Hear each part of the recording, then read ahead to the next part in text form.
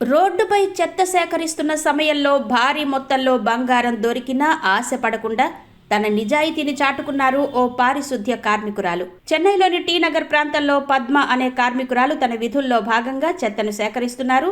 ఆ సమయంలో రోడ్డుపై పడి ఉన్న ఒక బ్యాగ్ ఆమె కంటపడింది.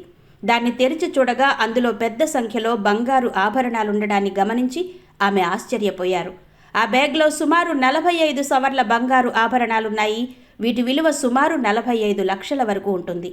అంతటి విలువైన సొత్తు దొరికినా పద్మ ఏమాత్రం తడబడకుండా వెంటనే ఆ బ్యాగ్ను తీసుకుని వెళ్లి సమీపంలోని పాండీ బజార్ పోలీస్ స్టేషన్లో అప్పగించారు.